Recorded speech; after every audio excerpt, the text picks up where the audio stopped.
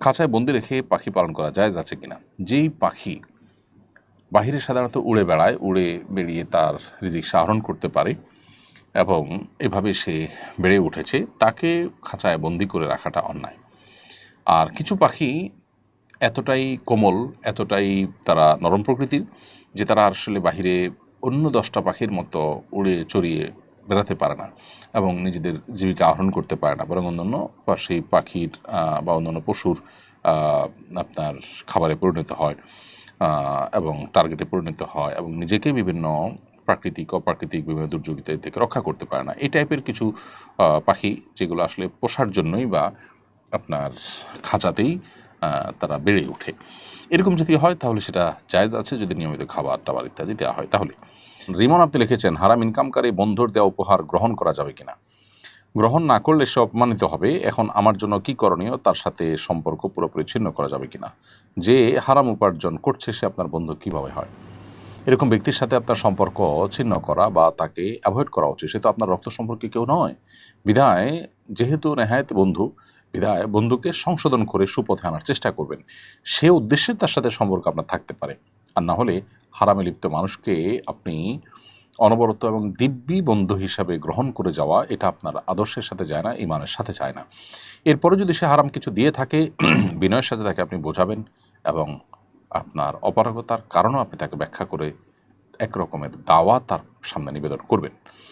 একান্ত যদি সেটা আপনি কোনো কারণে গ্রহণ করে ফেলেন তাহলে সেটা তাকে ফেরত দেওয়া কিংবা গরিব দুঃখীকে সওয়াবের নিয়ত করা ছাড়া যে ব্যক্তি এটার মালিক তার তরফ থেকে এটি দান করে আপনি দায়মুক্ত হওয়ার চেষ্টা করবেন। আর যদি তার হারাম উপার্জনের পাশাপাশি হালাল আর উপার্জনও থাকে, মিশ্র উপার্জন থাকে, তাহলে সেক্ষেত্রে আপনি তার কাছ থেকে সাধারণ উপহার গ্রহণ করতে পারেন। আরমান হাসান আপনি লিখেছেন, মসজিদে দ্বিতীয় জামাতের বিধান কি?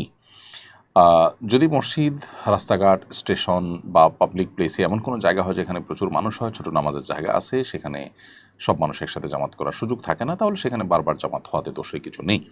কিন্তু নিয়মতান্ত্রিক যে মসজিদগুলো আছে সেই মসজিদগুলোতে মূলত জামাত একটাই হতে হবে। কারণ একাধিক জামাত যদি সেখানে নিয়মেই রাখা হয় যে আধা ঘন্টা পরপর জামাত হবে, তো স্টেশনের বা আপনার ফেরিঘাট ইত্যাদি পাবলিক প্লেসে যে মসজিদগুলো থাকে সেগুলোতে হিউজ মানুষের গ্যাদারিং এবং এক জামাতে সবাই নামাজ পড়তে পারেন না, সেগুলোর কথা ভিন্ন। কিন্তু নিয়মতান্ত্রিক মহল্লার যে মসজিদগুলো থাকে এগুলো তো একটা জামাতেই সব মানুষের জামাতে নামাজে শরিক হওয়ার সুযোগ রয়েছে।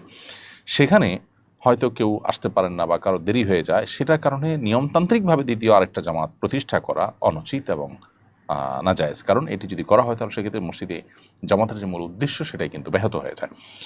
তারপরে যদি এক দুজনের জামাত ছুটে যায়, তারা মসজিদের বারান্দায় বা মসজিদের পেছনে কোথাও তারা যদি জামাতের নামাজ পড়ে নেন, ইনশাআল্লাহ সেটি জায়েজ হবে। ফোকা হানাফ মৌলিকভাবে দ্বিতীয় জামাতকে মাকরুহ বলেন। তবে যেটি বললাম যে কারো জামাত ছুটে গেছে, তারা মসজিদের কোনো এক পাশে প্রান্তে বারান্দায় কোথাও দাঁড়িয়ে জামাত আদায় করে নিলেন, তো সেটা জায়েজ আছে। কারণ নবী করিম সাল্লাল্লাহু আলাইহি ওয়াসাল্লাম মসজিদে নবীতে জামাত শেষ হওয়ার পর এক ব্যক্তি আসছেন, তাকে আরেকজনের সাথে জামাতের জন্য উদ্বোধন নবী সাল্লাল্লাহু আলাইহি ওয়াসাল্লাম করেছেন। মৌলিকভাবে নিয়মতান্ত্রিকভাবে একাধিক জামাত মসজিদের মধ্যে প্রতিষ্ঠা করা উচিত না। আমি একজন ভারতীয় বাঙালি মুসলিম, আমাদের উপর দিন দিন চাপ বেড়েই চলেছে। আমরা বহু প্রজন্ম ধরে এখানে বসবাস করছি। আমার দাদারও জন্ম এখানে, অথচ এখন প্রতিদিন নাগরিকত্ব হারানোর ভয়ে থাকি। এ অবস্থা আমরা কী করতে পারি? দেখুন, এ বিষয়ে আপনাদের দেশের যে সমস্ত আলেমরা আছেন তারা আপনাদেরকে ভালো গাইডলাইন করতে পারবেন।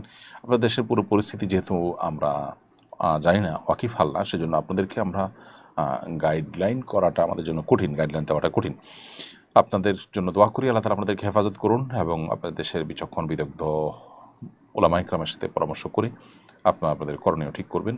আমরা আপনাদের জন্য দোয়া করি, আল্লাহ আপনাদেরকে হেফাজত করুন, রক্ষা করুন। মোহাম্মদ সুফিয়ান আহমদ লিখেছেন, শায়েখ দুই সিজদার মাঝখানে কোনো কিছু না পড়লে নামাজ হবে কিনা? না ভাই, নামাজ হয়ে যাবে। দুই সিজদার মধ্যবর্তী যে দোয়া রব্বি ফিরলি ওয়ারহামনি ওয়াহদিনি ওয়াআফিনি শেষ পর্যন্ত, এই দোয়া পাঠ করাটা ওয়াজিব বা আবশ্যক নয় বিশুদ্ধ মত অনুযায়ী, যদিও আরব ওলামা ইকরাম, বিশেষ করে সৌদি আরব ওলামা ইকরাম এটাকে আবশ্যক মনে করেন। রাকিব হাসান আপনি লিখেছেন, আমাদের একটা গরু দুর্ঘটনার শিকার হওয়ার কারণে তার একটা পা কেটে ফেলা হয়, গরুটাকে জবাই করা হয়নি, এই পা খাওয়া যাবে কিনা? উত্তর হলো, এই পা খাওয়া যাবে না। কারণ নবী করিম সাল্লাল্লাহু আলাইহি ওয়াসাল্লাম একটা হাদিস বর্ণিত হয়েছে যে কোনো প্রাণী থেকে যদি কোনো জীবিত অবস্থায় কোনো অংশকে কাটা পড়ে যায় তাহলে সেটা মৃত ধরা হবে। অতএব কোনো জীবিত গরুর পা কেটে পড়ে গেছে, শরীরের কোনো অংশ কেটে পড়ে গেছে, কোনো অংশ থেকে গোশত কেটে পড়ে গেছে, ওটা খাওয়া যাবে না, কারণ এই গোশতের এই অংশটাকে মৃত ধরা হবে।